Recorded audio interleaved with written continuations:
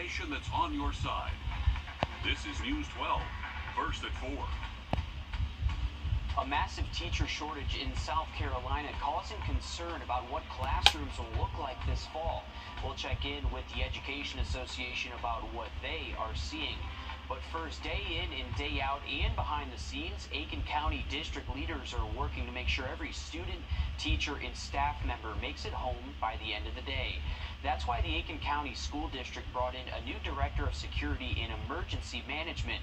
We told you about this position back at the beginning of June after the Uvalde school shooting in Texas. Vicki Gaskins has 24 years of law enforcement experience with the Aiken County Sheriff's Office. She'll be the lead person when it comes to communicating with parents, school staff, and law enforcement during emergency situations.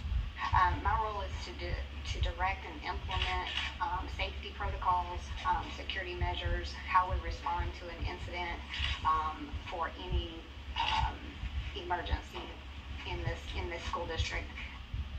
And coming up on News 12 at 6 o'clock, we're breaking down what her role will be and what she's hoping to accomplish. And don't forget, Richmond County schools are having open house right now for elementary K-8 and CT Walker Magnet. That ends at 6 o'clock.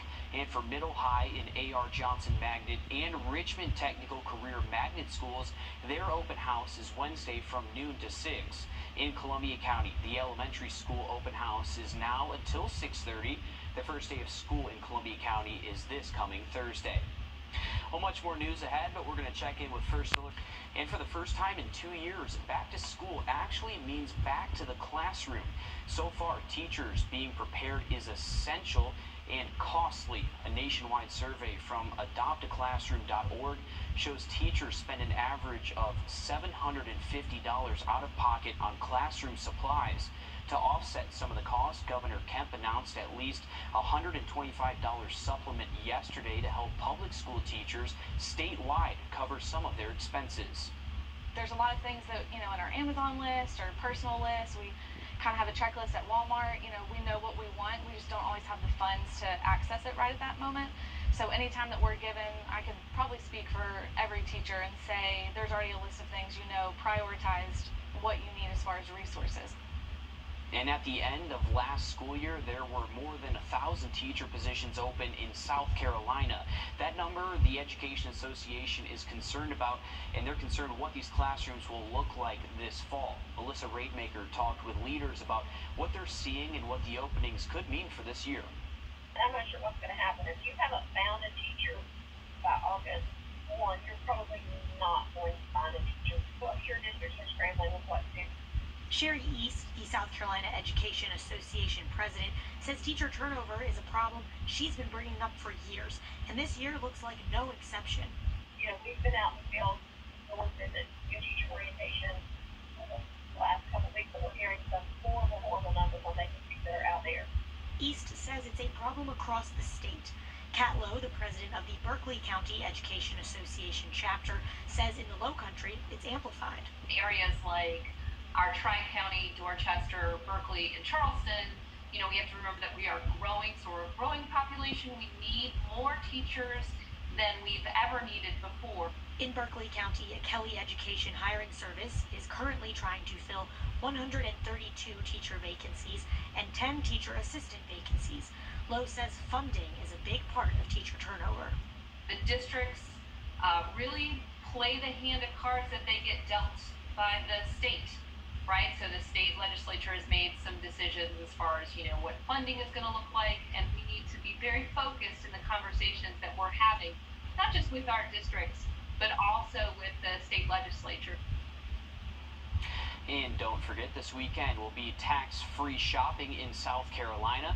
It's happening Friday through Sunday, and it's for school supplies, clothing, and more. So the perfect time to get your students anything they need for the school year. Items that are not tax-free include smartphones, cameras, eyewear, and cosmetics. The arts in the heart of Augusta. First-year college students across the country are getting ready to start the new school year.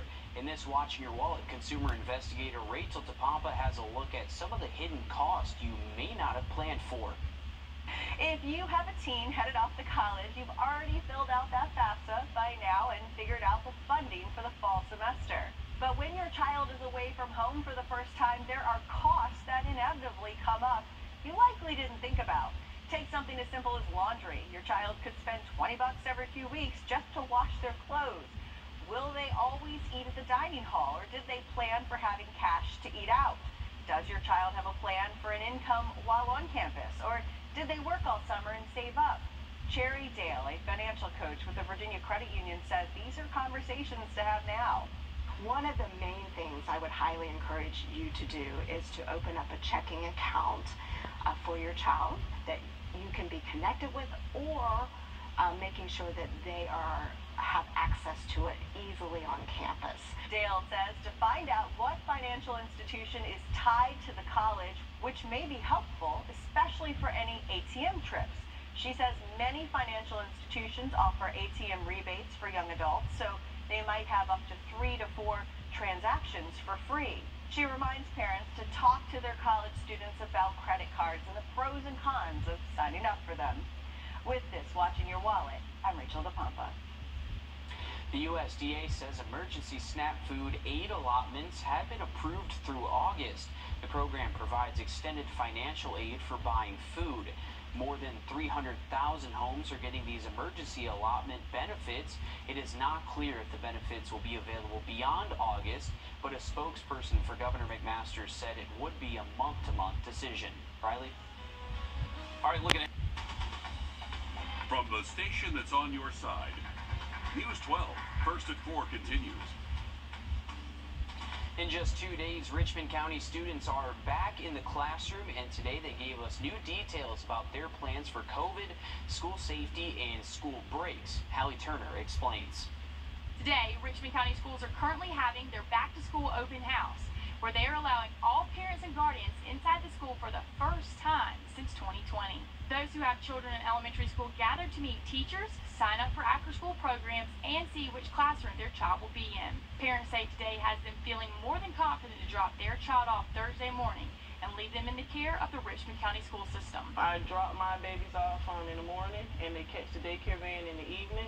But in the morning, even the crossing guard, as soon as you turn in to come into the school, it's, hello, good morning, how you guys doing? So it's the atmosphere is amazing, the atmosphere. When you pull up, the teachers that's there waiting at the car line to greet the students, you never see a sad face. Coming up tonight on News 12 at 6 o'clock, we will hear from the Richmond County school staff on their plans to give students as normal of a school year as possible. Reporting in Augusta, Hallie Turner, on your side. And the Georgia Department of